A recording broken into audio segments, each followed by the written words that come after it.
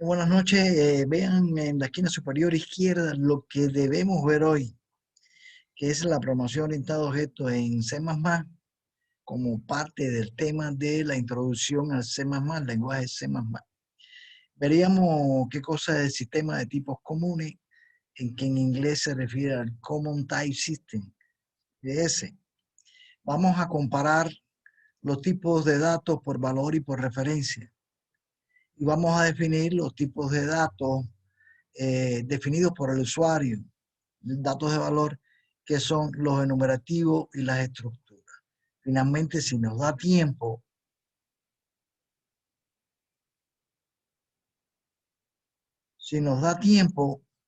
veríamos los arreglos. Difícil porque se nos quedó, como ustedes ven acá, la recursividad y la sobrecarga de métodos, que es lo primero que vamos a ver nosotros, qué es la recursividad y qué es la sobrecarga de métodos. Para ello, vamos a ver en este PowerPoint.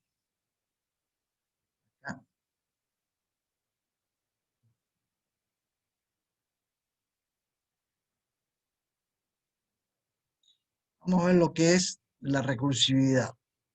Ayer estuvimos viendo,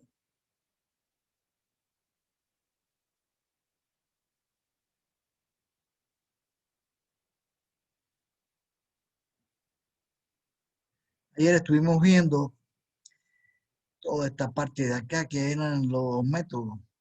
Vimos lo que es la definición de métodos, los tipos que teníamos en el lenguaje C++, que eran las funciones que devuelven un valor de retorno, procedimientos los que no devuelven un valor de retorno y los métodos especiales que son los constructores. Bien, esta es la sintaxis de declaración. En el encabezado tenemos una parte opcional.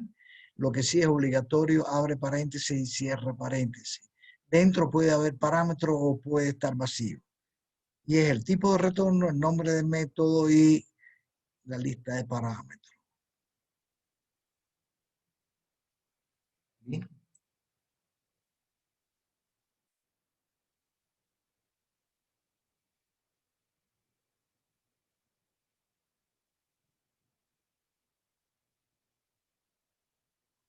Bien. Entonces,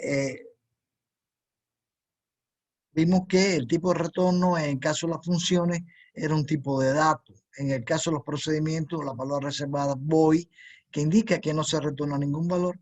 Y en los constructores, como vimos ayer, no se pone ningún tipo de retorno, ni tipo de dato ni la palabra void. Y la lista de parámetros, esta que es opcional, esa es la definición de variables que serán utilizadas en el método.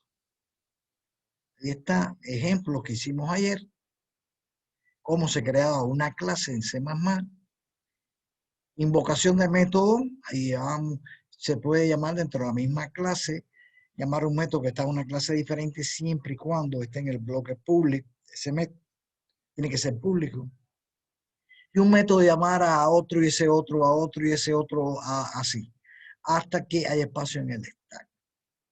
La forma de invocación de método de las funciones era a través de una sentencia de asignación o mediante un operando una expresión. Y el de los procedimientos que no retornan valor, su invocación es solo con su nombre y la lista de parámetros, por supuesto, sí existe. En el caso de los métodos especiales, se invoca mediante la instanciación de un objeto a la clase que los contiene. Y vimos que los constructores tenían las siguientes características demostradas ayer, que se ejecutan automáticamente el constructor al instanciar un objeto a la clase a la cual está referenciado. Tiene que estar dentro del bloque público. Ya habíamos dicho que no posee ni tipo de retorno, que tiene el mismo nombre de la clase. Pueden tener parámetros. Ahí vimos parámetros dentro de un constructor y se utilizan para inicializar los campos del objeto. Miren aquí, constructores con parámetros. Dice que aquí, cuando se instancia, esto es instanciación, tengo que colocarle los parámetros. Fíjense que aquí hay un parámetro entero y un parámetro cadena. Tiene que haber correspondencia entre ellos. Este primero que es entero pasa a, y este que es cadena S pasa a B, que también es cadena, y por lo tanto no hay problema. Cantidad de parámetros los mismos, 2 y 2, y los tipos de datos de forma biunívoca corresponden. Los parámetros se decían formales, los que están en la sentencia de declaración, actuales, los que están en la sentencia de invocación. Y deben cumplir los siguientes requisitos: la misma cantidad y una correspondencia biunívoca, o sea, primero con primero, segundo con segundo, entre los tipos de datos. Y estuvimos viendo los mecanismos de paso de parámetros, el paso por valor y el paso por referencia. En el paso por valor no existe retorno, porque cuando termina la función invocada, la copia que dice Microsoft que se pasa se destruye y por lo tanto sigue teniendo el valor que estaba en el método que invoca. Sin embargo, en este caso que es por referencia, que se coloca un símbolo ampersand acá, lo que le estoy pasando es la dirección donde se encuentra la cadena A, el parámetro actual. ¿Correcto? Y de aquí si se cambia, cuando estoy haciendo esto, estoy escribiendo en esa dirección y por lo tanto se está afectando el valor de la localización de memoria que correspondía a. Entonces aquí se dice que hay entrada y hay salida. Si se modifica, por supuesto. Entró Hello World, se modificó Hola Mundo y eso se devolvió porque existe que es por referencia, porque está señalizado con el valor de ampersand en C++ que indica que se está pasando por referencia. Vimos las normas de paso de parámetros y nos quedamos acá. Esto es lo que debemos ver hoy. ¿Qué es la recursividad? Sencillamente la recursividad es un método que se llama a sí mismo. Y nos asalta siempre la duda, bueno, si se llama a sí mismo, llegará el momento en que se está llamando tantas veces que la localización de memoria se nos va a llenar. Efectivamente, se puede pensar así.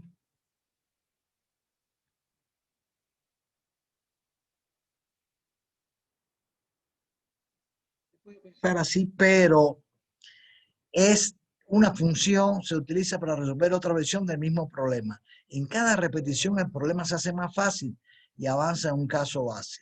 El caso base se alcanza cuando ya no hace falta ninguna iteración y ya no se realiza la misma. Miren esto que aparece acá, vamos a ponerlo en modo. Vamos a ver el caso del factorial de un número. Primeramente aclarar qué es el factorial de un número. Esto es el factorial de un número. Por ejemplo, el factorial de 2, esto se usa en cálculo, el factorial de 2 es 2 por 1.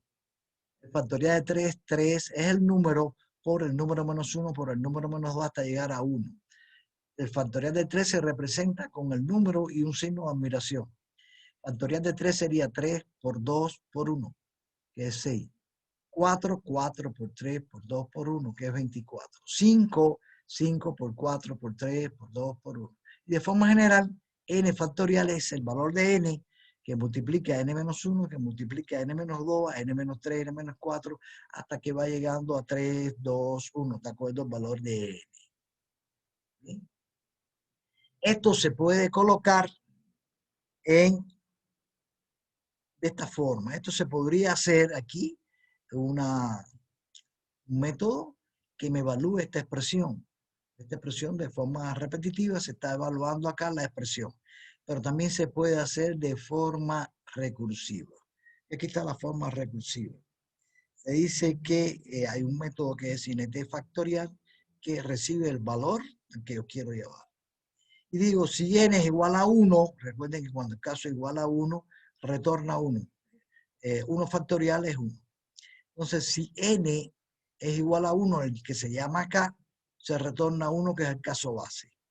Si no, pues entonces se retorna n por factorial de n menos 1, que es esto que aparece aquí, mire, n por factorial de n menos 1. Y como está aquí factorial dentro del cuerpo de este método, se vuelve a invocar desde el mismo método, se vuelve a invocar esta función que es factorial. Pero ahora con el valor de n-1. Y así sucesivamente hasta que llego al valor 1. Entonces vamos a ver este ejemplo. Esto es una llamada recursiva. Factorial esto que aparece acá es una llamada recursiva. Supongamos que yo quiero hallar el factorial de 4. Miren, Si tengo que hallar el factorial de 4, correcto, el factorial de 4 que llega acá, se pone aquí, se pasa 4, n igual a 4, porque se está invocando y le estoy pasando este parámetro, n igual a 4, y se pregunta dentro del cuerpo, ¿igual a 1? No. Entonces se aplica esto, n por el factorial, o sea que n es 4, porque fue el primero que pasó, 4 por el factorial de 4 menos 1, que es 3, que es este que aparece acá. O sea, el factorial de 4 da origen a 4 por el factorial de 3. Se llama ahora con factorial de 3. ¿Igual a 1? No. Entonces 3 por el factorial de 3 menos 1. O sea, que sería 3 por el factorial de 3 menos 1, que es 2. Se vuelve a invocar y con 2. N igual a 1, no. Entonces 2 por el factorial de 2 menos 1, que es 1. Y se vuelve a invocar ahora, pero con 1. N, 1. N igual a 1, sí. Y entonces retorna 1. Por lo tanto, el factorial de 1 retorna 1 que aparece acá. El factorial de 1 es 1. Entonces, el factorial 2 sería 1 por 2, porque el factorial de 1 es 1 lo que envió. Entonces, en este caso, este retorna factorial de 1, que vale 1 por 2, es 2. Y ahora el factorial de 2, que es 2 por 3, este envía 6 hacia acá. Entonces, el factorial de 3 es 6. 6 por 4, y este envía a 24. Esto sería de forma recursiva, efectivamente 4 me da 24, miren aquí, ¿correcto? O sea, esto es utilizando la recursividad para calcular el factorial de un número. ¿Cómo sería esto desde el punto de vista este que aparece acá? Microsoft recomienda utilizar una tabla de trazabilidad. ¿Qué es esto que aparece aquí? Tabla de trazabilidad, donde se evalúa el valor que se está actuando. Hay acciones suspendidas en el stack. El stack tiene acciones suspendidas, o sea, en la pila de memoria tiene acciones suspendidas, porque en este caso se sigue invocando. Si esto no tiene control, si aquí no estuviese este retorno 1 cuando es igual a 1, o sea, cuando no existe una convergencia hacia el caso base, entonces el stack se nos llena y por eso da overflow. En el caso que no tenga un caso base que esté obligando a una convergencia a este retorno por acá. Entonces, se llama factorial de 4 y vamos a analizar esto mismo que vimos anteriormente acá. Vamos a analizarlo, pero ahora desde una tabla de trazabilidad que es mucho más visible poderlo entender. Entonces, ¿qué se hace? Factorial de 4, que es lo que me aparece acá. Fíjense, factorial de N4 y la acción suspendida es lo mismo. 4 igual a 1, no, entonces sería 4 por el factorial de 4 menos 1, que es 3. Y se vuelve a llamar ahora, pero con 3. Se vuelve a llamar factorial de 3 igual a 1, no, entonces es 3 por el factorial de 2.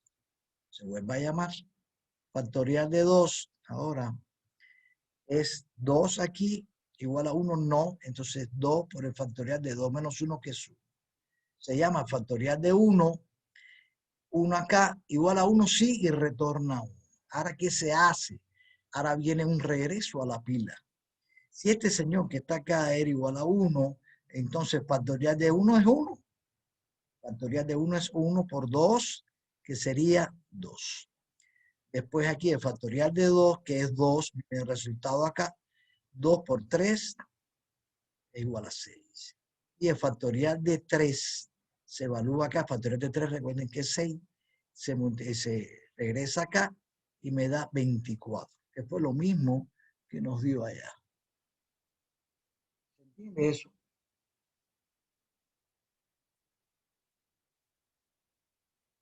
¿Se entiende o no se entiende? De esto puede salir ejemplo en el examen de calcular la recursividad de cierta función. Preguntas con relación a esto se lo puse de forma gráfica acá.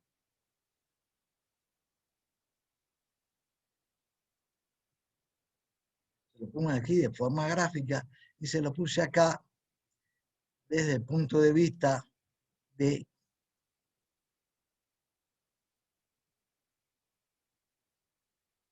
cómo deben calcularlo. Aquí sí es más entendible de con una tabla de trazabilidad, como recomienda Microsoft que se ejecuten estos ejercicios de recursividad. ¿Se entiende esto, por favor, señores? ¿Entienden o no entienden? Ingeniero, una pregunta. En caso de que se ponga de un número n, o sea, que el usuario ingrese una cantidad para que se calcule la factorial, en lugar de hacer n-1, o sea, uno por uno, se podría hacer una segunda variable y que esta se vaya sumando para que n se vaya restando por cada vez que... Mira.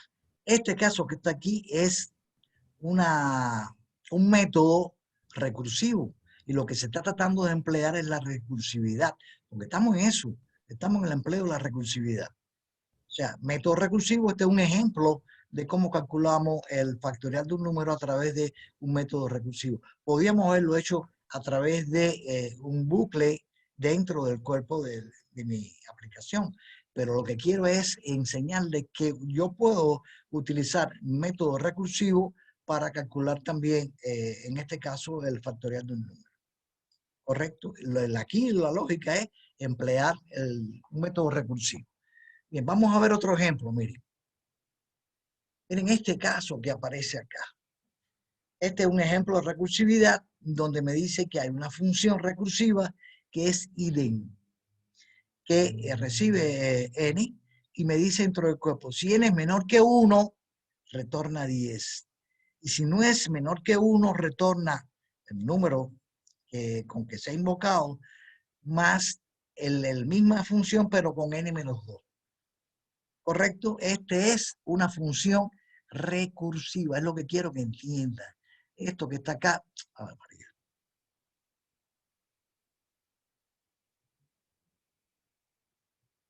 Esto que está acá es una función recursiva.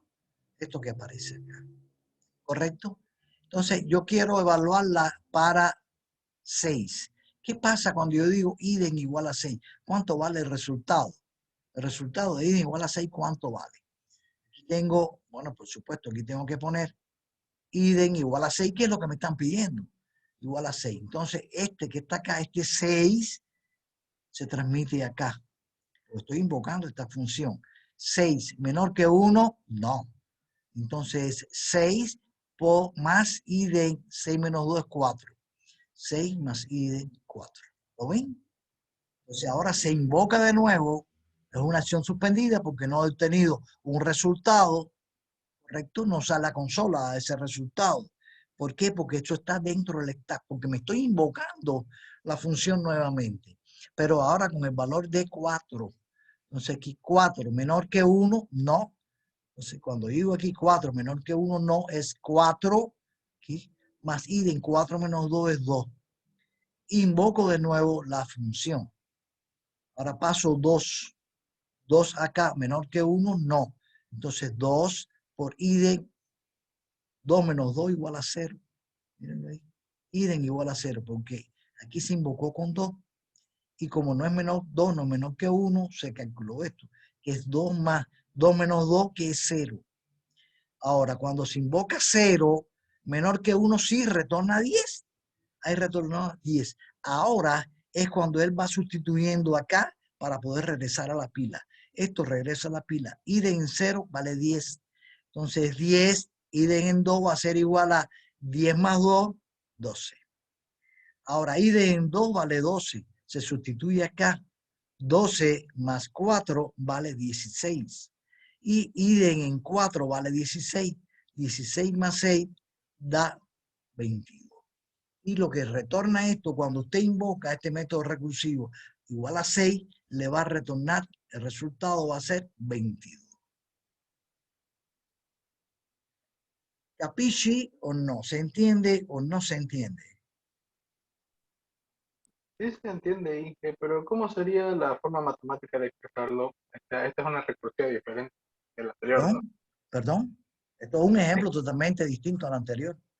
Sí, Se da un método recursivo y se le pide cuánto sería el resultado si yo estoy invocando a ese método recursivo con el valor 6. ¿Correcto? Vamos a ver otro ejemplo. Miren este que aparece acá. ¿Se atreven a hacerlo en una hoja? Colocando lo que vimos anteriormente. Esto que aparece acá. Colocando ustedes la tabla de trazabilidad y empezando con, en este caso, con negativo en n. Y n es, entonces valía n, menos 3. En el caso que yo evalúe esto que está acá, menos 3, ¿cuánto me da esto? ¿Cuánto va a ser el resultado de esto que aparece acá? Dice que en la tabla de trazabilidad yo diría menos 3 mayor que 20, no. Entonces aquí sería negativo de menos 3 más 4 más 2 por menos 3. Y eso sería de nuevo, el resultado de eso sería acá, este que está aquí. Este es el resultado de acá. Sería la invocación, ¿correcto? Y sería menos 3 más 4 sería 1. Y esto es lo que se invoca. ¿Sí? Este es la función recursiva. Este es el llamado o la función a la recursividad. Esta parte de aquí no tiene nada que ver. Es esta que aparece acá. ¿Sí? Toma un papel, en 5 minutos practiquen a ver si pueden hacerlo. Dale un tiempito. A ver si son capaces de hacerlo. Recuerden, planteé la tabla de trazabilidad, como se hizo acá.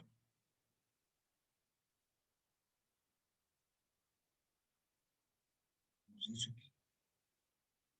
Tabla de trazabilidad. Ahora es para negativo en el menos 3, las acciones suspendidas y el regreso a la pila.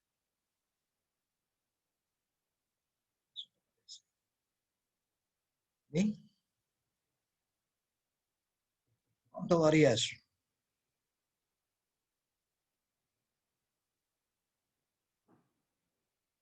Y de todas formas, yo le voy a dejar uno para que ustedes me lo hagan para mañana. En este caso, vamos a resolver esto y explicarle. Ahí de menos 3 nos da esto. Miren. Negativo, esta es la tabla de estabilidad, negativo en n, acciones suspendidas y el regreso a la pila. Menos 3, aquí da negativo, menos 3 no es mayor o igual a 20, entonces negativo menos 3 más 4 más 2 por menos 3. Y esto da negativo en 1, menos 6. ¿Correcto? Entonces negativo, fíjense que esto es lo que se manda. Negativo en 1. Esto que está acá. Entonces negativo en 1. Negativo en 1, que está acá, mayor que 20 no. Entonces da negativo de 1 más 4, que sería negativo en 5 más 2. O aquí sería 2 por 1, 2. Entonces, mando negativo en 5, que es esto que aparece acá. Negativo en 5, mayor que 20, no. Entonces, 5 más 4, 9. Más 5 por 2 es 10. Entonces, es negativo en 9 más 10. Mando negativo en 9. Mayor o igual a 20, no. Entonces, 9 más 4 es 13. 13 más 9 por 2, 18. ¿Listo? Entonces mando negativo en 13. Mayor que 20, no. Entonces sería negativo en 13 más 4, 17. Más 13 por 2 es 26. Mando ahora negativo en 17. Mayor que 20, no. 17 más 4, 21. Más 17 por 2 es 34.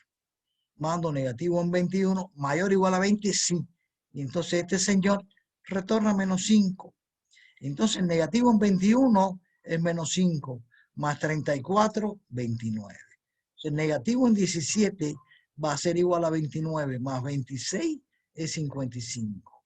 Negativo en 13 es 55, más 18 es 73. Entonces negativo en 9, miren la fila ahí, negativo en 9 da 73.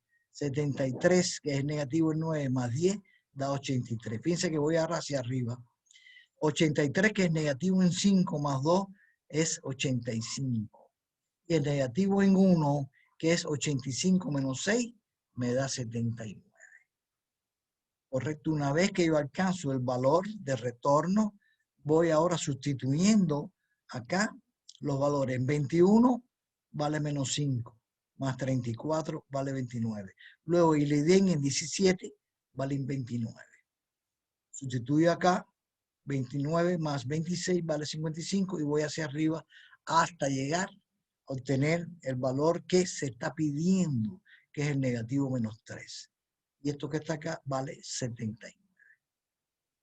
¿Sí? ¿Preguntas sobre esto? ¿Dudas? ¿Y se podía, por favor, volver a explicar lo de, sobre el regreso de la pila? Es que no pude notar bien de cómo se hizo desde el 29. Mira, te lo voy a explicar en el ejemplo más sencillo. No, es que eso sí lo entendí, ¿no? Pero me refiero a la parte del cálculo. ¿Este lo entendiste? Sí, ¿Es lo eso sí lo mismo? entendí. Pero es lo mismo. Voy a pasar aquí, que son otros números. ¿Qué se pone? Negativo menos 3. Le estoy pasando menos 3. Mayor que 20, no. Entonces negativo, vuelvo a invocar la función, pero con menos 3 más 4, eso da menos 3 más 4, eso da negativo en 1. Y menos 3 por 2 da menos 6. Ahora vuelvo a invocar. Fíjense que aquí la invocación es negativo en 1. Este 6 es para solamente calcular cuánto valía negativo en 1 y restarle 6. Pero aquí la invocación de nuevo es esta que aparece acá, que es negativo en 1. Se lo pongo acá, negativo en 1, mayor que 20, no. Entonces, negativo en 1 más 4 es 5. Negativo en 5, eso es lo que se vuelve a invocar. Y 2 por 1 es 2. Negativo en 5 lo vuelvo a invocar. Negativo mayor que 20, no. Y aquí da 5 más 4, 9 más 10, porque 2 por 5 es 10. Ahí está. Una vez que obtenga ya aquí negativo 21, mayor que 20 sí, retorna menos 5. Ahora voy hacia arriba. Entonces, ahora el negativo 21 vale menos 5. Sustituyo aquí el menos 5 porque negativo 21 vale menos 5. Sustituyo aquí menos 5 más 34 me da 29. Luego el ID en el 17 vale 29. Perdón, ID no es negativo. Aquí hay un error, es negativo. Esto es negativo, tengo que arreglar eso. Negativo aquí, eso es lo que tenía confundido. No, Sí, aquí es negativo. Ahí es negativo. Fíjate que te lo pongo aquí de nuevo, negativo. Esto es negativo en 17 y negativo en 22. Correcto. Esto solamente tiene relación con este método que aparece acá. Esa era la duda. Y este es el que deben hacer ustedes. Ahí está el... Yo quiero prop invocarlo con 1. Correcto. Invocarlo con 1 y ese es el resultado que debe dar. Por supuesto, usted tiene que hacerlo en una tabla de trazabilidad. Y ese es el ejercicio que les quiero dejar. ¿Listo? Bien. Pasamos de la recursividad, pasamos a sobrecarga de método. A la sobrecarga de método.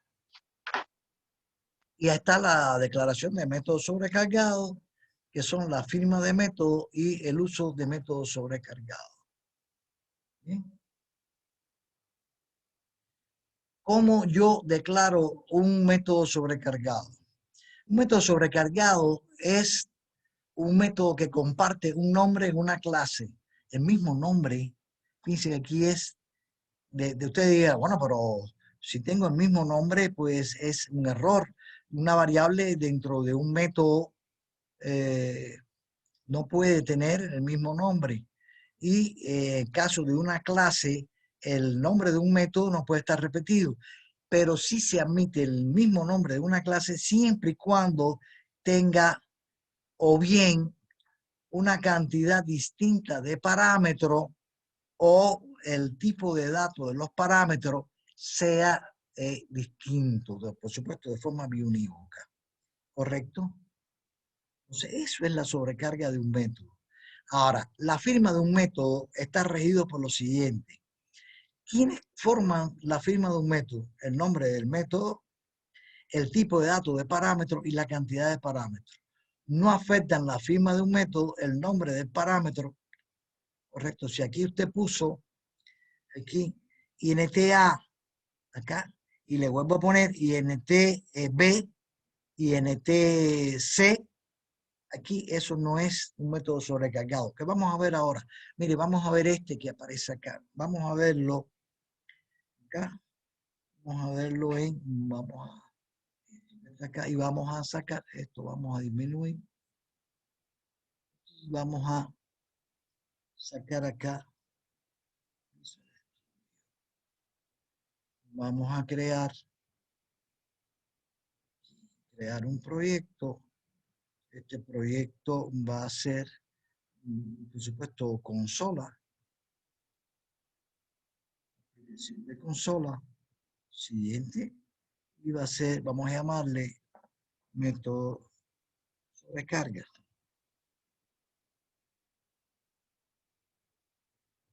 Sobrecarga de método y vamos a ponerlo en el desktop.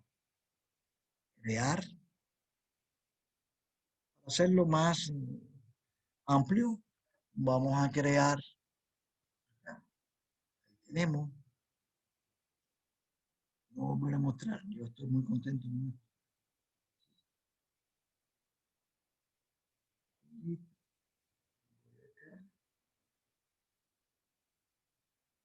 Y voy a colocarla acá como siempre. Vamos a borrar esto que aparece acá.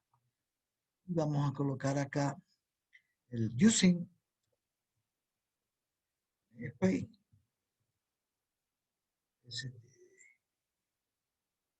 Correcto. Ese que aparece ahí. Y ahora aquí, recuerden, system.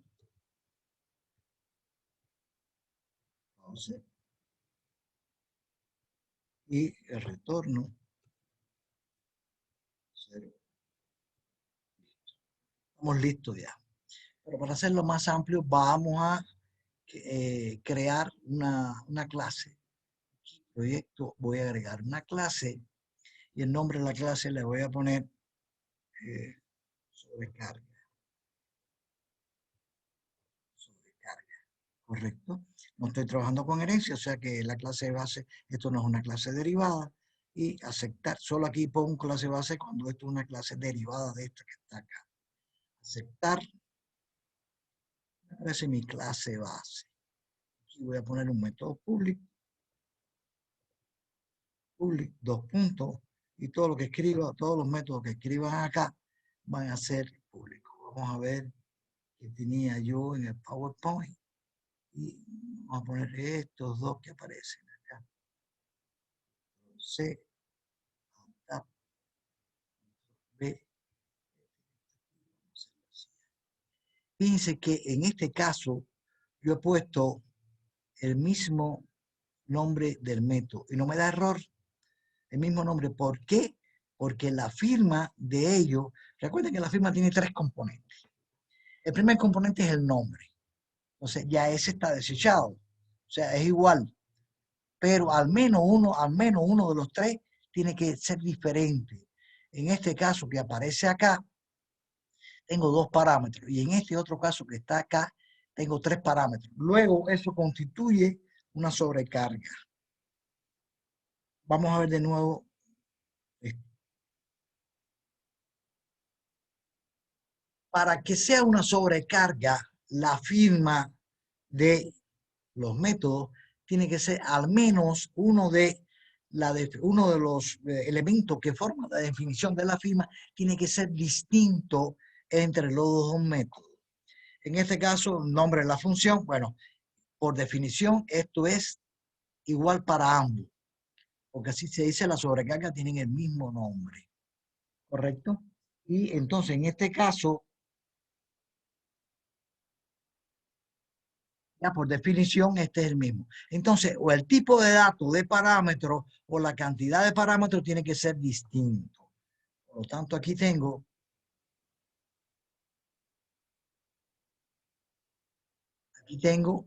dos parámetros. Dos parámetros y aquí tengo 3. Ya la firma es distinta, ¿correcto? Ahora miren este. Si yo pongo, por ejemplo, el tipo de retorno, doble, suma, le pongo acá esto mismo que aparece acá,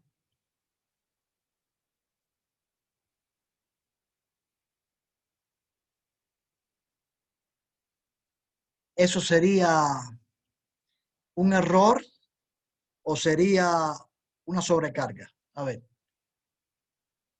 dígame alguien. Eso también puede mostrarse en una evaluación, decir si es sobrecarga o es un error. ¿Eso es error o sobrecarga? Sobrecarga, porque estamos manejando las mismas variables. No. La firma tiene que ser distinta. Y la firma distinta es si la cantidad de parámetros, es distinta o el tipo de datos de los parámetros es distinto. Por lo tanto, eso es un error. Suma. No se puede sobrecargar las funciones que se distinguen solamente por el tipo de valor devuelto. En este caso que está acá, esto que está acá es diferente de esto, pero ese no interviene en la firma. En la firma nada más que interviene la cantidad de parámetros y el tipo de datos de los parámetros. Entonces esto da error. Error. Por supuesto, como da error, vamos a ponerlo como comentario.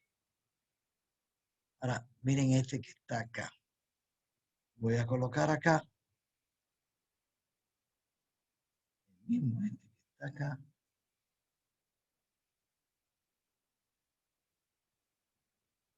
Está acá. Voy a cambiarla aquí.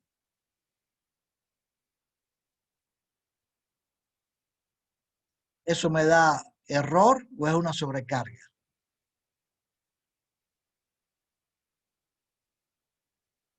¿Error o sobrecarga? Ahora sí es una sobrecarga. Es una sobrecarga. No es sobrecarga. Eso sigue siendo un error. ¿Por qué es error? Perdón. ¿Quiénes son los que intervienen en la firma? Esto es un error. Ah, esto es error. ¿Quiénes son los que intervienen en la firma? En la firma intervienen simplemente la cantidad de parámetros y el tipo de datos de los parámetros. Y aquí el tipo con este es el mismo. INT, INT. El nombre de parámetro, mírenlo aquí, el nombre de parámetro no afecta en la firma, ni el tipo de retorno. Aquí el tipo de retorno era doble. Entonces, este caso que está aquí también es un error. ¿Sí? Ahora voy a poner el siguiente. Y este que aparece acá. Este de aquí no es error, porque este tiene 2 parámetros y este tiene 3 parámetros. ¿Correcto? Ahora voy a poner aquí y en este suma y aquí voy a poner y en este B, coma y en este A.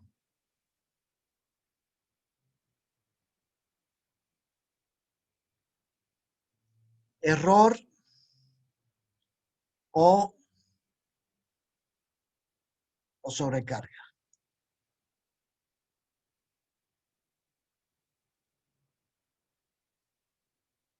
Por supuesto, con este no tiene problema, pero con este que está acá, tiene el mismo nombre y tiene ahora INTB aquí y INTA aquí. Esto es error o sobrecarga. Sobrecarga. Eso es error, hijo mío. ¿Por qué? Porque mira, aquí este de acá no interviene, los nombres no intervienen, mira, este nombre de parámetro no interviene. Y aquí tengo 2 parámetros, aquí hay 2 parámetros. El tipo de los parámetros son enteros ambos, por lo tanto, esto es un error.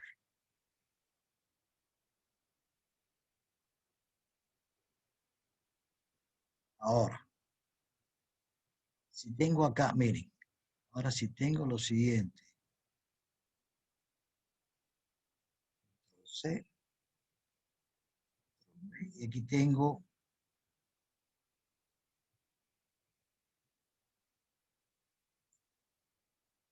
vamos a ponerle otro para que no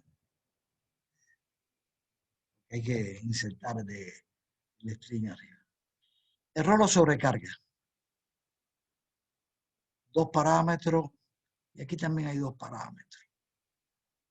Error o sobrecarga. Por tanto, él compara con este y compara con este no hay problema, porque este tiene 3, este tiene 2, pero con este, esto sería un error o sobrecarga. ¿Vamos?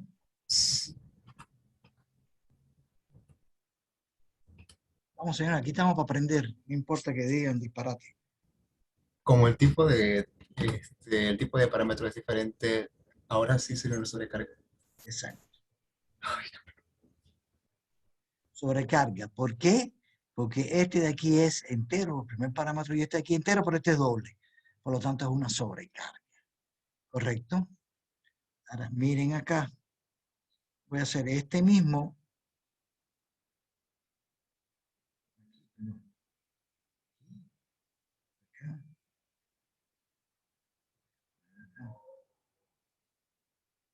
Aquí voy a poner. Ya. Aquí voy a poner INTV.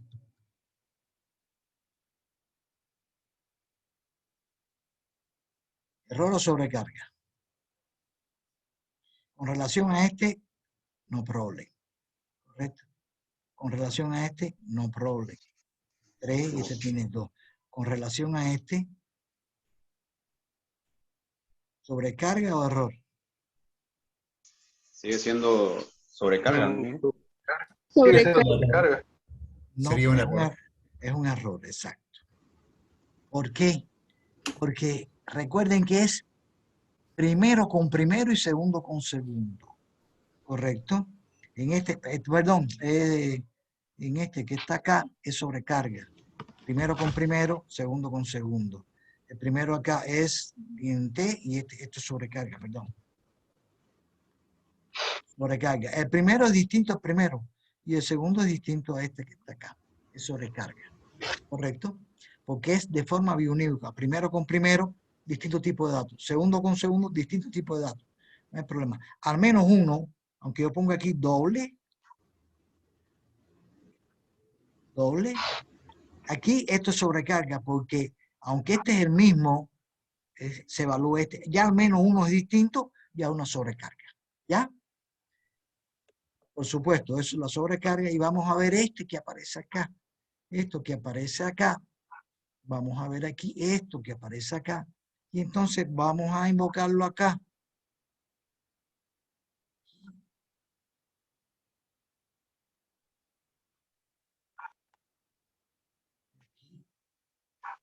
Primero, tengo que instanciar el objeto acá a la sobrecarga H. Entonces acá tengo que poner numerar include. Estoy trabajando con el sobrecarga. Tiene que ser el mismo nombre. Sobrecarga.h. Sobrecarga H. Y aquí entonces sobrecarga. Aquí está, miren, sobrecarga. Le voy a poner SS sobrecarga y aquí estoy instanciando el objeto SC a la clase sobrecarga. Ayer les dije que el objetivo de instanciar un objeto es para poder acceder a los miembros públicos de una clase desde otra clase. Aquí yo puedo acceder a los miembros públicos, en este caso que está acá. A ver. Fíjense, ¿qué pasa acá? Suma no está declarado acá, pero que tengo que tener, como está en una clase, tengo que poner sc.suma, ya no hay problema, sc.suma. Correcto. Fíjense que si yo pongo aquí sc, aquí, miren. A la vez que yo pongo acá SC punto, me aparece aquí el miembro público suma, ¿correcto? Entonces, aquí está las comillas estas. En el PowerPoint son distintas aquí y esta comilla. Ahora sí. Ahora, fíjense que estoy invocando el mismo método con 2 parámetros y el mismo método con 3 parámetros. ¿Qué hace cuando C++ ves que tengo 2 parámetros? ¿A quién invoca este señor? Ahí dice, en la sobrecarga, en la clase sobrecarga, voy a invocar acá, ¿a quién? A este que tiene 2 parámetros. Este de acá, como es una sobrecarga, perfecto, entonces le digo retorno a más B. Y en este otro caso que está acá, que estoy poniendo aquí 3 parámetros, suma, el mismo método, suma 3 parámetros, él empieza a comparar. Él empieza a comparar aquí. 2 parámetros, no. 3 parámetros, este sí me corresponde porque los 3 son enteros. Fíjense que yo puedo poner aquí también el primero entero y el segundo doble. Correcto, puedo ir acá. Yo puedo ir acá y decirle acá, decir, cout, sc punto suma, y aquí decirle el primero entero, 1, y el segundo, 2.25. ¿Correcto? Entonces, ¿qué hace él? Él hace lo siguiente. Va acá, sobrecarga y dice, entero, entero, no es este. 3 enteros, no es este, solo son 2.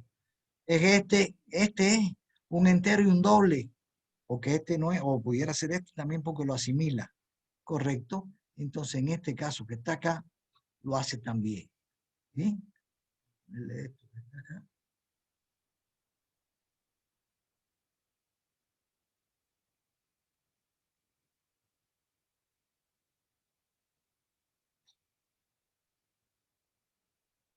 ¿Sí? Entonces aquí, ¿cuánto me daría el primero? ¿Qué se muestra en el primer caso? ¿Qué muestra en el primer caso? ¿Qué número muestra? 9. Exacto, 9. Y en el segundo caso,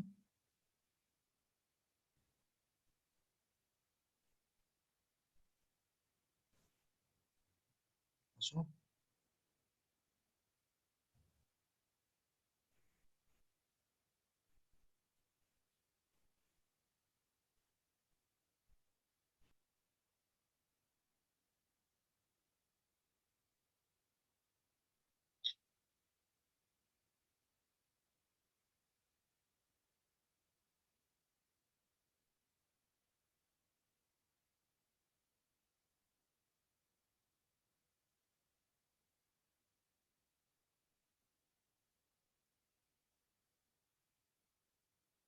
Claro. Aquí está vacío, claro, y debo ver un entero no. Aquí, sí, aquí debo ver hay un doble metido en ese caso. Aquí debe ser retén B más A.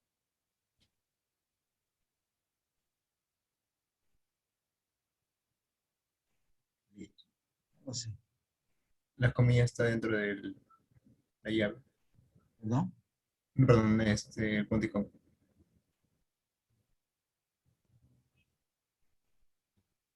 ¿Está bien? B más A.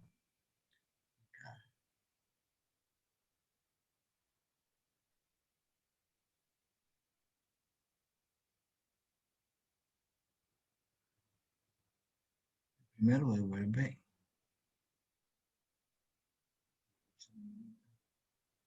Primero me devuelve 9, efectivamente, y segundo me devuelve 3.25 porque el entero es 1, 1 más 2.25 es 3.25.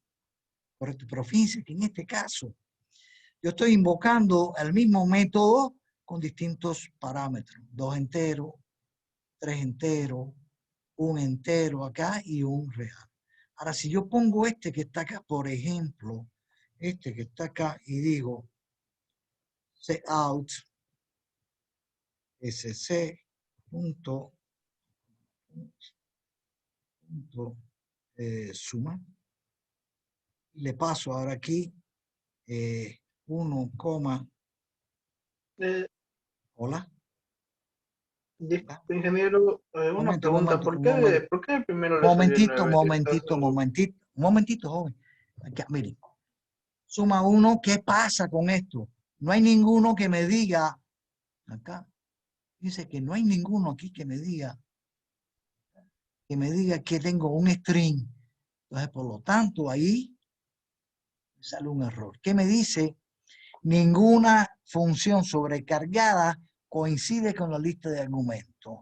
No tengo ninguno que tenga un entero o un doble, un real y un string. Por eso me dice que no, ninguna sobrecarga coincide. ¿Bien? Dice, por eso este es el error. Ninguna instancia sobrecargada coincide con esta lista de argumentos. No tengo ninguna en mi clase, Mm, no tengo ninguna que sea un entero y la segundo parámetro sea un string. Por eso me dice que ninguna sobrecarga. Por eso, ese es el error.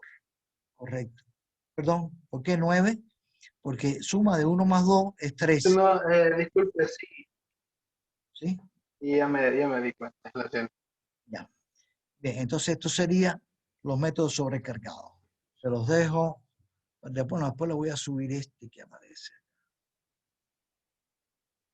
Bueno, vamos a dejarle este que aparece acá.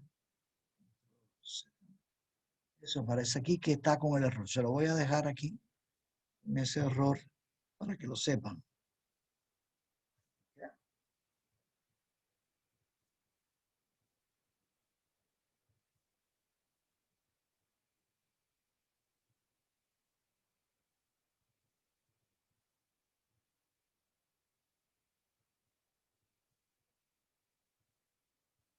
Eso es lo que dice.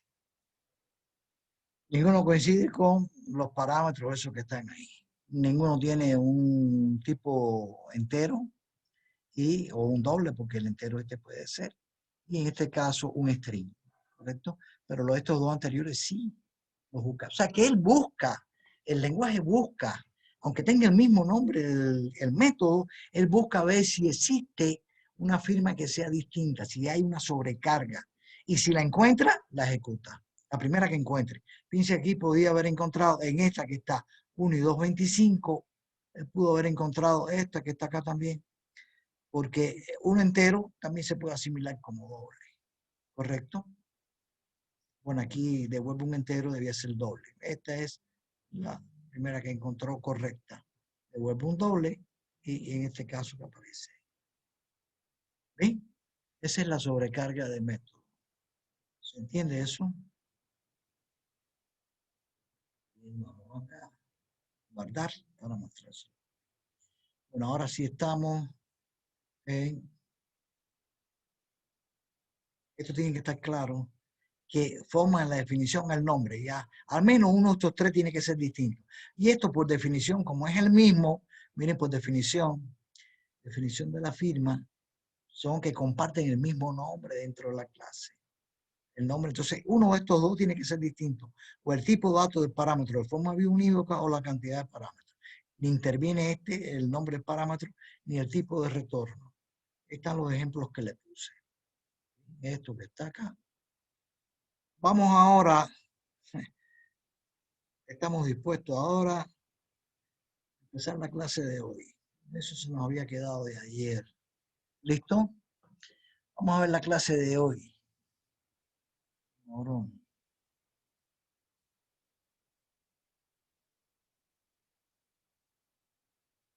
Vamos a ver la clase de hoy. Vamos a empezar con el tipo de sistemas comunes.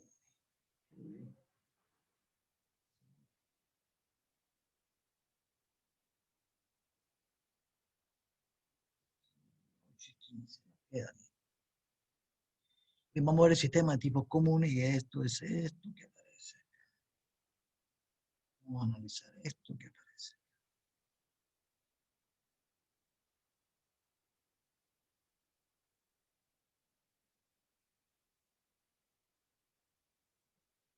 Introducción a la programación orientada a objetos en C++. El sistema de tipos comunes. Vamos a ver algunos aspectos generales. Esto le hablé desde, creo que desde el primer día. Comparación de tipos valor y tipos de datos por valor y tipos de datos por referencia. Definición de los tipos de datos de valor definidos por el usuario, que son los enumerativos y son las estructuras. Bueno, enumeración y enumerativo es lo mismo. Vamos a estudiar los tipos de datos enumerativos y los tipos de datos. Acá hay tipos de datos y las estructuras. Vamos a ver aquí.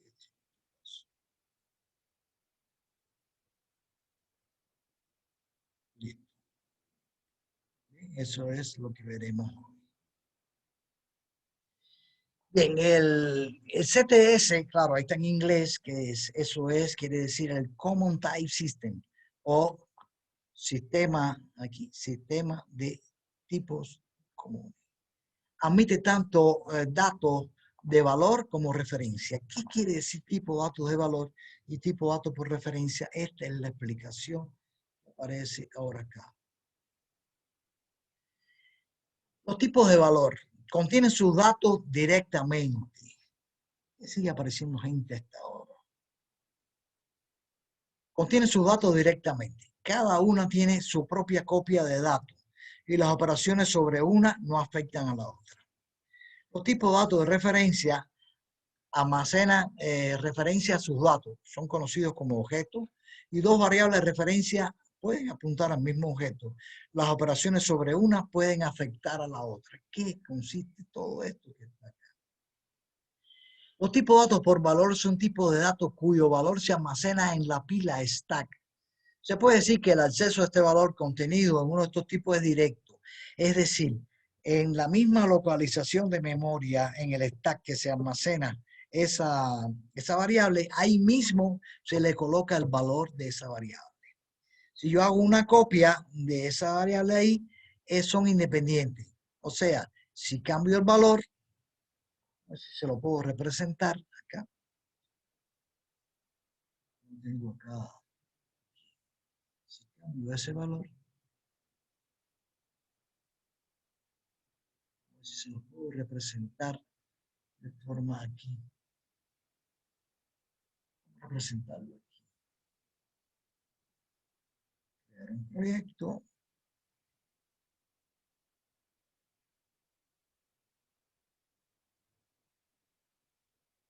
Consola. Vamos a llamarle CTS, el ejemplo CTS es esto, crear. Es un ejemplo que después les voy a subir.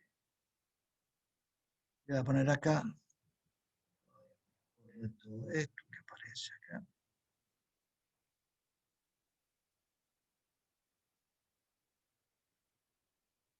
Aquí, por supuesto, using.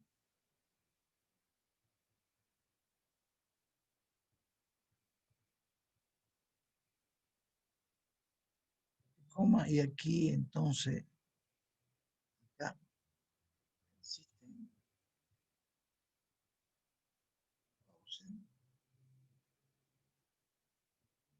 Y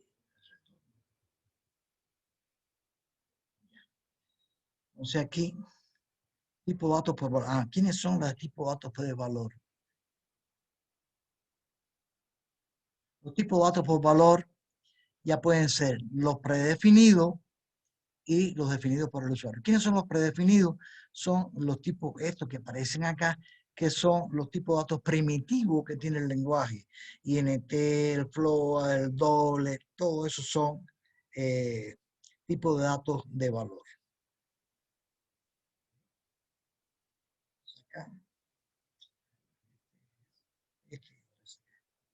Yo puedo decir acá, INT A igual a 25.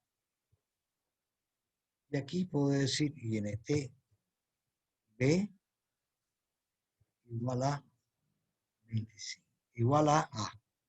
Eso es una copia. Aquí se copia el valor de A a B. Se copia el valor de A a B. L.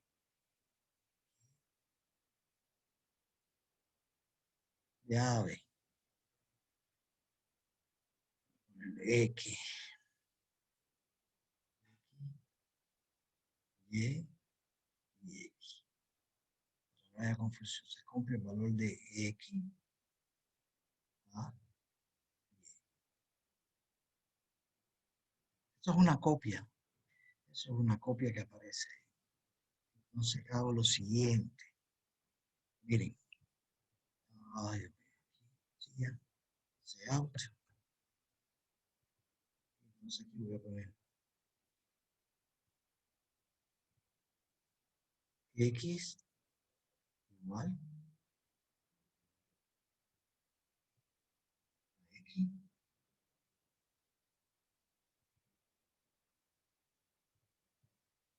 Y igual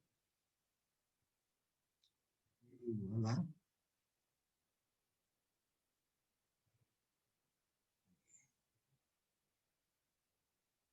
y vamos a poner, por supuesto,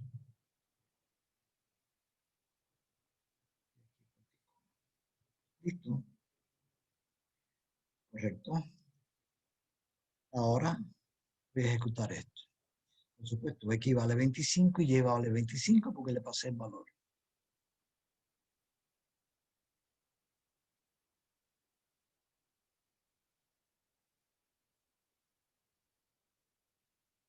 ¿25 y 25? ¿Lo ven ahí?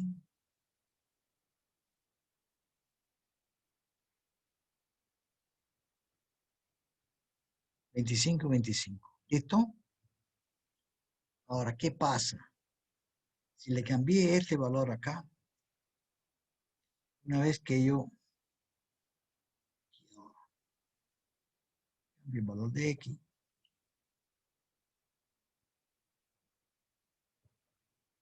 cambio el valor de X, acá porque este separado.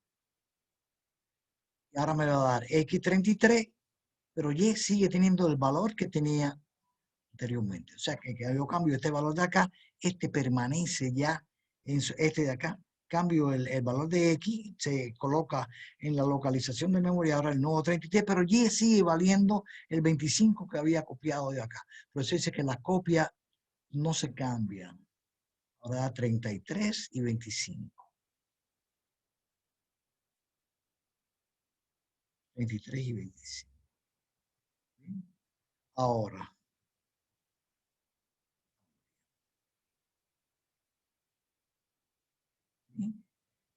un enumerativo o a un struct. También existe un tipo de dato, por ejemplo, no vamos a seguir aquí. Por otro lado, tipo de referencia. Los tipos de referencia son los objetos, los arreglos y las cadenas, los strings. Vamos a poner acá un string. Este de acá vamos a ponerlo en comentario. Comentario. Vamos ahora a declarar aquí. Dice que X y Y, los enteros, son de tipo por valor. Ahora, ¿cuáles son los tipos por referencia? Los tipos por referencia son los arreglos, los objetos y los strings. Entonces, en este caso voy a poner string cat igual a hola.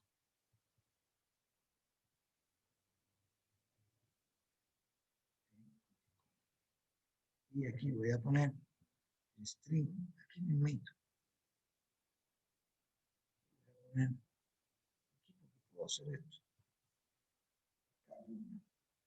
Cat1 y aquí decir cat1 va a ser igual a cat. ¿Correcto? Y acá decir ahora cout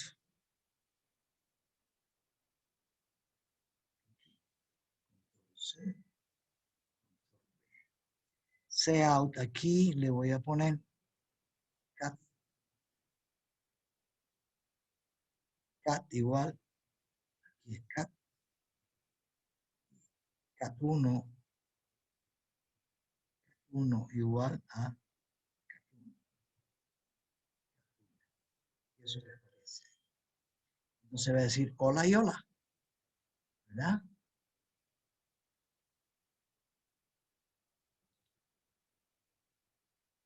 Hola y hola.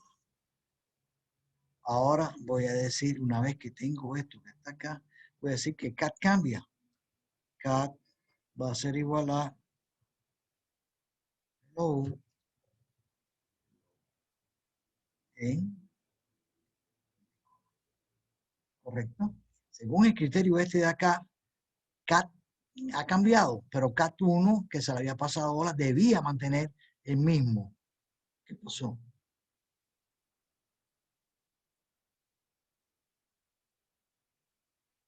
Mantuvo el mismo. No, debe ser. Vamos a ponerle un objeto. Ah, por aquí no está. A ver si es por el string.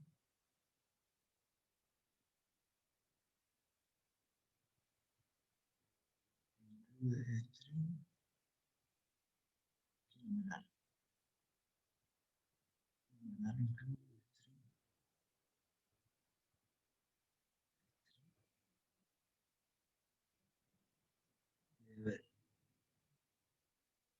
Los sujetos y los arreglos. Entonces, en este caso, no tiene nada que ver. Aquí,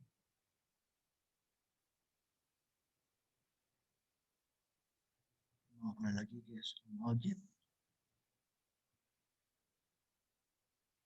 Oh, no puedo poner objetos acá.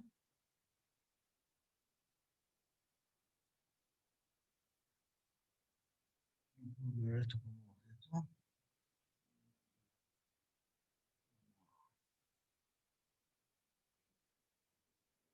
Bueno, vámonos a entrar en aquí, de acuerdo a esto que está acá, por lo menos en C# si lo hace.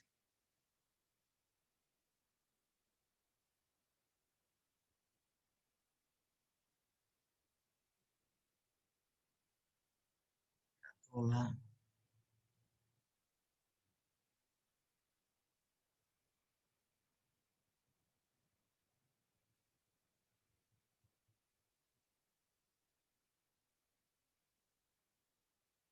Si cambio este de acá, cat 1 debía seguir con hola. Así está bien.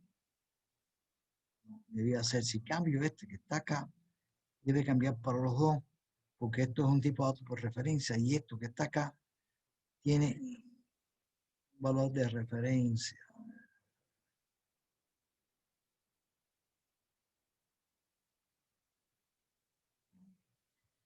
No puedo representar objetos, tengo que crear una clase, no voy a meterme en eso. No me interesa. Lo que les digo, los tipos de valor tienen el valor en el mismo lugar. Por otro tanto, los tipos de referencia son aquellos que son los objetos, los arreglos y las cadenas. Y ahora me está dando que, bueno, después mañana le voy a aclarar esa parte. Los tipos de datos de referencia, que son objetos, cadenas y apuntes acá.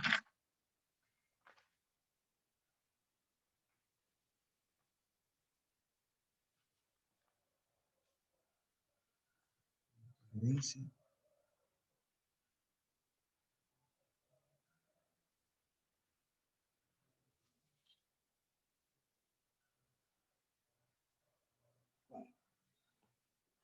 Así me funciona en el caso de el C#. Entonces, aquí debería haber en este caso los tipos de referencia de C++. Bueno, por otro lado, los tipos de referencia almacenan en el valor en la memoria lejana, que es la heap, a diferencia de los tipos por valor que almacenan, aquí lo único que se almacena es una referencia o un puntero, y el valor se coloca en la memoria heap. Las copias de estos tipos son de direcciones, pero no de contenido. Es donde estaba el error mío.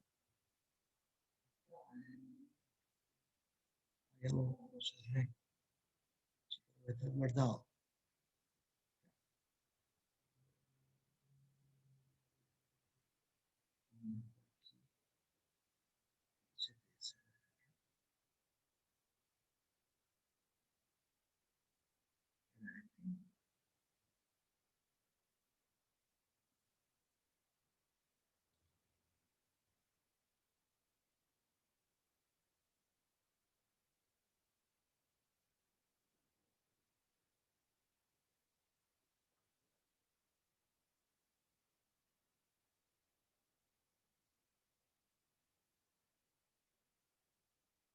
los arreglos, los objetos. Aquí no puedo referenciar objetos. Project, no, no está. Voy a buscar ese aspecto, me parece. Ya, entonces en este caso que aparece acá, estamos aquí. Los objetos, los arreglos, sí. El arreglo almacena en la memoria heap sus valores. Eso vamos a considerar. Ahora, los tipos de datos de valor predefinido, los tipos de datos por valor pueden ser los enteros, todos los tipos de datos primitivos que tiene el lenguaje. Sin embargo, por el usuario, usted puede definir un tipo de dato enumerativo y un tipo de dato struct. Los enumerativos. ¿Qué son los datos enumerativos? La utilidad de los enumerativos es cuando usted quiere manejar una serie de valores constantes, pero con un nombre. ¿Correcto? Así la sintaxis en C++, en un class, el nombre, el tipo de dato, aquí es tipo de dato, no ID de variable. Esto es tipo de dato. Tipo de dato, valor 1, valor 2, valor 3. ¿Ya? Ahí está. Mira el ejemplo. En un class color rojo, amarillo y verde. En vez de usted ponerle un valor donde rojo, digamos, sería el 0, porque todo eso lo pasa a numérico internamente, rojo es 0, amarillo es 1 y verde es 2. Y solamente utiliza un byte para ello. Entonces usted puede, en vez de hacer eso, colocar esto que aparece acá. Miren aquí. ¿Cómo uso los tipos de datos enumerativos? El color este que aparece acá, color es un tipo de dato. La enumerativa o tipos de datos enumerativos. Este color no es una variable, es un tipo de dato. Por lo tanto, yo puedo decir después aquí, recuerden que usted pone INTX, le antecede, eso se llama declarar, le antecede a una variable del tipo de dato. Fíjense que aquí la variable es color paleta, ¿correcto? Y aquí el tipo de dato es color. Y usted puede decir que esto que está acá le asigna con estos 4 puntitos que está acá, porque esto es para el elemento de la clase. Dice que esta es la clase color, que es un enumerativo. Y le pongo, los 4 puntitos significa clase, que estoy haciendo la referencia a la clase color. Y en este caso le estoy asignando rojo. ¿Correcto? Visualización, si yo digo sea color paleta, muestra rojo. Miren este ejemplo que aparece acá.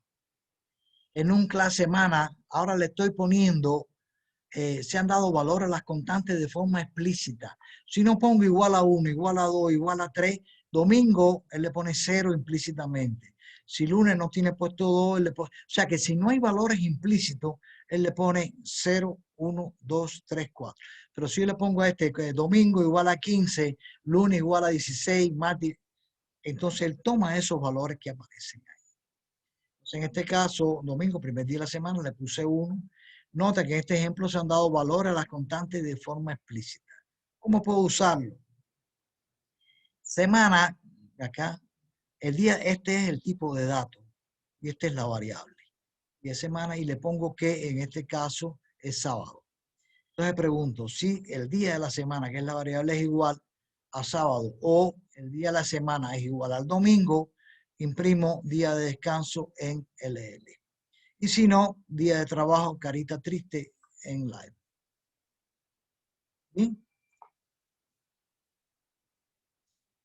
Vamos a ver acá. Vamos a ver aquí. El ejemplo de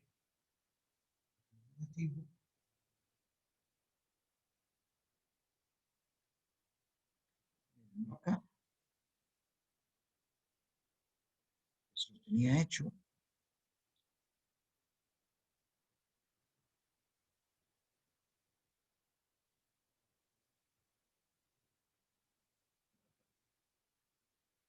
¿Ya? En un clase, semana, domingo igual a 1, tal, como aparecía ahí. Y en este main, semana, día de semana.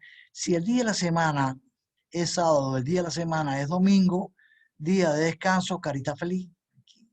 Carita feliz, cambio de línea. Si no, día de trabajo, carita triste. Y aquí, cambio de línea. Si está en pause, y entonces en este caso aquí, como es sábado, debe demostrarme carita feliz. Ahí está, carita feliz.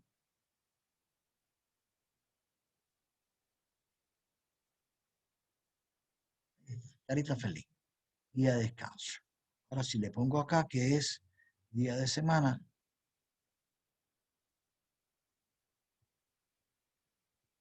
cuando yo hago esto, que es referente a la clase, me dice cuáles son el enumerativo que está referido en la clase semana.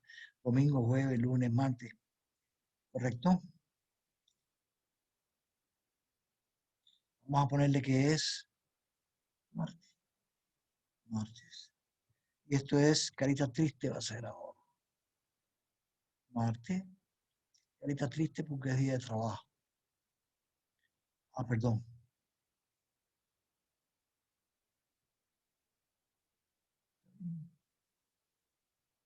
¿Qué pasó acá?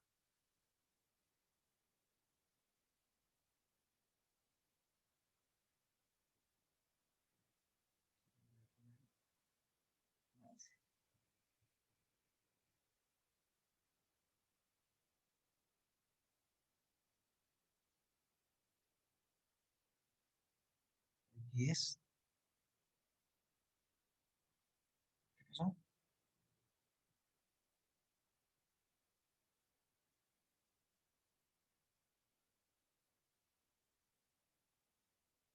Debe salirme el error. ¿Cuál error es, hijo mío?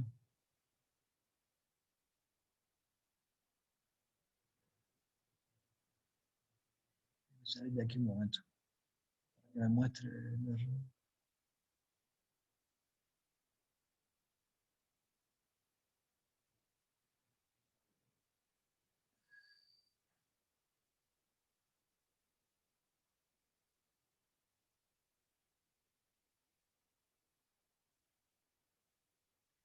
¿Cómo se están ejecutando tareas?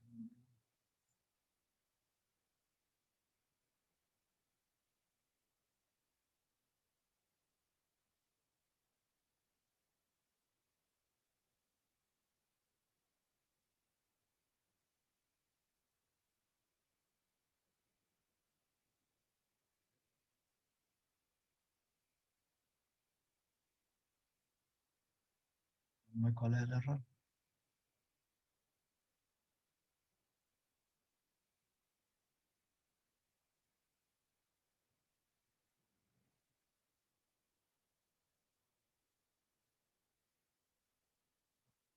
Día de trabajo, carita triste. Estarían ejecutando.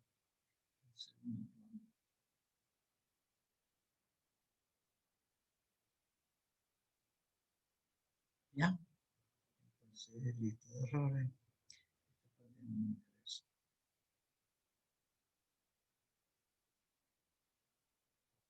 Lista de errores, sí. Bien.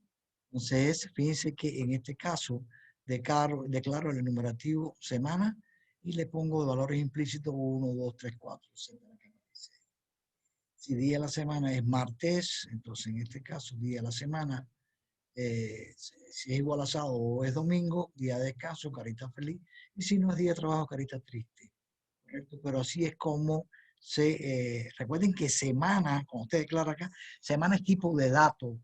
Semana es un tipo de dato. Fíjense, cuando usted pone un dato, por ejemplo, un valor entero, usted dice tipo de dato, nombre de la variable.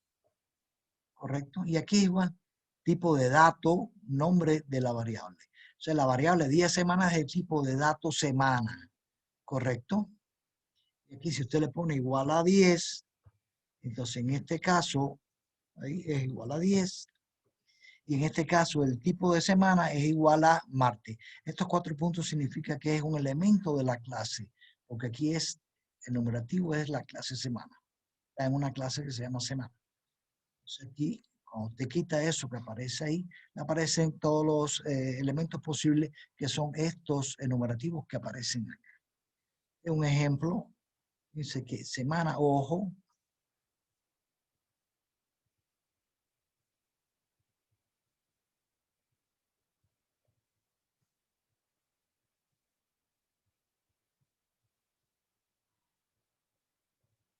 semana es un tipo de dato, no una variable. Dice que aquí estoy definiendo. Variable es día de semana y el tipo de dato es semana. ¿Correcto? Entonces, eso sería eso que aparece ahí.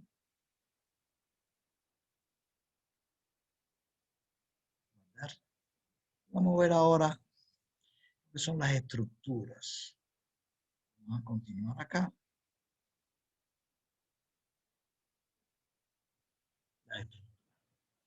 Eso era otra cosa que queríamos ver hoy. Nos quedarían los arreglos, lo que nos quedaría. Eso sí le voy a dedicar una clase completa, los arreglos bastante importantes. ¿Bien? Entonces, en este caso que aparece acá, vamos a definir lo que es una estructura, cómo se declara una estructura, acceso a los miembros de una estructura, pasos para utilizar una estructura y trabajo con estructura. ¿Qué son las estructuras? Las estructuras, cuando yo quiero combinar elementos de datos de distintos tipos para crear una combinación de tipos de datos única denominada estructura. El struct, que es como se representa una estructura, en este caso es un conjunto de elementos que poseen distintos tipos. Fíjense que se recuerdan que en los arreglos era un conjunto de elementos que todos eran del mismo tipo de datos. Usted decía arreglo de 10 elementos que sean de tipo entero, ¿correcto? Y en el caso de la estructura, usted dice estructura que tiene 5 miembros y cada miembro puede ser de distinto tipo de datos, mientras que en el arreglo todos los elementos eran del mismo tipo de datos. Las estructuras resultan útiles cuando se desea una única variable guarde varias piezas de información relacionadas. ¿Correcto? Señores, las estructuras son primas hermanas, pero primas hermanas muy cercanas de las clases. Las estructuras incluso pueden tener hasta, no sé si los constructores, no sé, pero sí pueden tener eventos, sí, constructores también, pero no se usa en ese sentido. La estructura más bien se utiliza para relacionar un grupo de variables de distintos tipos bajo un mismo denominador. Entonces, después de declarar una estructura, se puede declarar variables de este tipo. O sea, la estructura también es un tipo de dato creado por usted. Miren, la estructura puede contener datos, propiedades, métodos. No, los constructores no. Pueden contener datos, propiedades, métodos, e invocar y manipular eventos, pero su uso habitual y simple es variables que están relacionadas. Y vamos a ver un ejemplo. Sintaxis. Se utiliza la palabra reservada struct, el nombre de la estructura, y aquí vienen distintos tipos de datos. Tipo de datos, campo 1, campo 2, etc. Miren este ejemplo que aparece aquí. La estructura auto, de nuevo, no es una variable. Auto es un tipo de dato que tiene este conjunto de elementos. Tiene un string, marca, color, un int, tiene miembros. Son miembros porque igual que las clases, el miembro es cadena, marca y color, modelo, int, short, cantidad de puertas y doble precio. Y a continuación que usted cierre esa definición, usted puede declararle acá la variable que está asignada aquí. Usted puede poner auto, coma, autos 1, coma, autos 2, que son variables de este tipo que aparece acá. O usted puede omitir autos que está acá y posteriormente decir que auto, poner auto como tipo de datos, pues auto, punto y coma. Una vez creada una estructura, se pueden crear variables como este tipo de estructura. Nombre de la estructura variable, por ejemplo, mírenlo aquí, auto, mi auto. Auto es el tipo de dato. ¿Qué tipo de dato? Auto es un tipo de dato struct, que contiene una serie de miembros que aparecen ahí. Entonces, se puede asignar valores a los miembros de datos de esa estructura y escribir código para utilizar los miembros de esa estructura. Miren, auto, punto marca, Hyundai, auto, punto, ¿por qué? En este caso estoy haciendo referencia a este que está acá, autos. Este auto que está acá es de tipo auto. Igual podría haber hecho referencia a mi auto. Voy a hacer mi auto modelo tal, mi auto marca tal. Pero estoy haciendo referencia a este anterior, que es auto que aparece ahí. Bien. Entonces así es como le doy yo valores. Ahora, paso para utilizar estructura. Se declara una estructura de esa forma que aparece ahí. Struct auto, y ahí coloco en ese bloque de estructura, coloco los miembros. Fíjense que en el caso de las estructuras y las clases se denominan miembros, mientras que en los arreglos se denominan elementos. Entonces los miembros de la estructura se colocan en ese bloque que aparece allá. Entonces yo puedo declarar variables de tipo de estructura. Puedo decir auto, que es el tipo de dato. Mi auto es la variable. O sea, mi auto es de tipo dato auto. ¿Y cómo yo le asigno valores? Pongo mi auto punto modelo, porque es uno de los miembros de la estructura auto. ¿Correcto? Es modelo 2006. Y escribir código, yo puedo decir sea un marca, autos marca, y me lo escribe. Voy a ver el ejemplo que tengo hecho acá. Este que aparece acá. Vamos a ver esta estructura, ejemplo de estructura que les he puesto acá.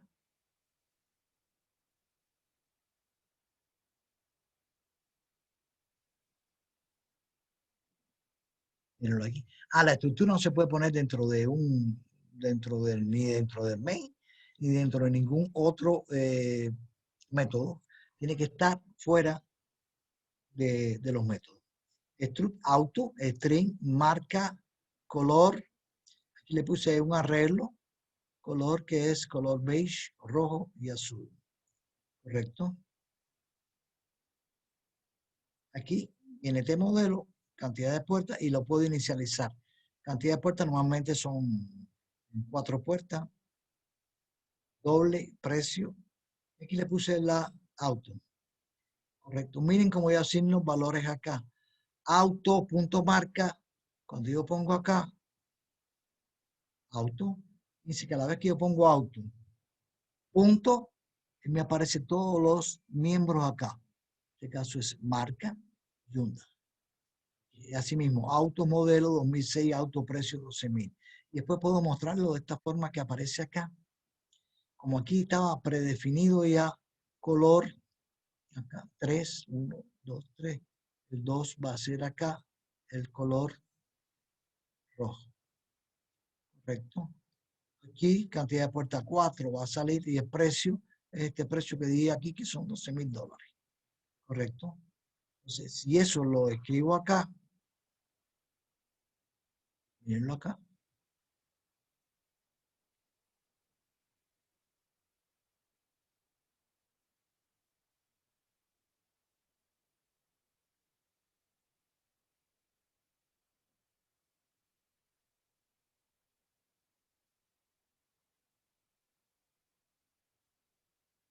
Escribe lo que había puesto ahí.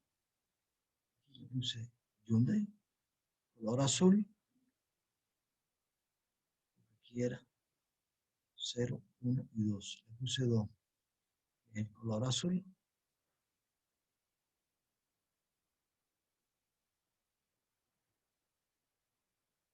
Color azul, modelo 2006, precio 12.000 y cantidad de puertas que era el implícito, que era 4.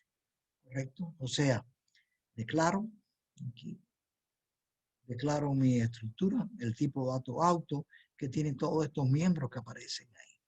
Y se pueden inicializar esos miembros. Miren aquí, cantidad de puertas le he puesto 4. ¿Correcto?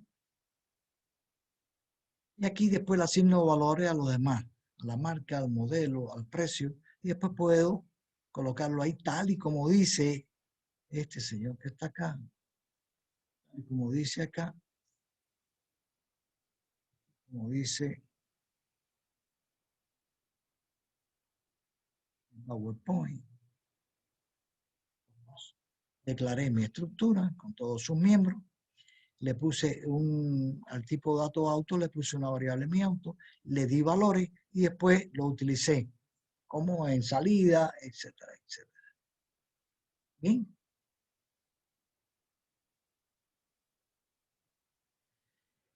Estructura como parámetros a funciones. Una variable tipo estructura se pasa como parámetro a una función solo mediante su nombre. Miren esto acá, si yo tengo esto que aparece aquí, voy F1 o la función 1 auto, aquí era M1, en realidad es un método. M1 es un método, un procedimiento. P1, procedimiento 1, procedimiento 1, procedimiento solo con el nombre. O sea, yo le puedo pasar acá a este señor que está acá solamente con el nombre. Recuerden que para pasar tiene que tener dos requerimientos, la misma cantidad de argumentos y el mismo tipo de datos. ¿Correcto? Entonces, en este caso que está acá, mi auto acá tiene que ser de tipo auto. Fíjense que mi auto es de tipo auto. Entonces acá, tipo auto en X, le estoy pasando mi auto a X. Le pongo aquí X más, y así puedo utilizar una cantidad de código con distintos tipos de miembros del tipo auto en asignación y mostrarlo acá. Esto sería para mostrar. ¿Correcto? O sea que solamente con el nombre, pero tiene que mantener que mi auto tiene que ser de tipo de dato auto. ¿Correcto? Acá.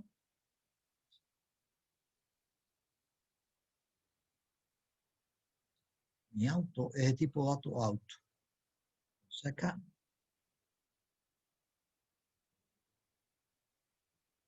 Mi auto, que es de tipo auto, se pasa acá. O sea que es del mismo tipo. Correcto. Y es 1 y 1.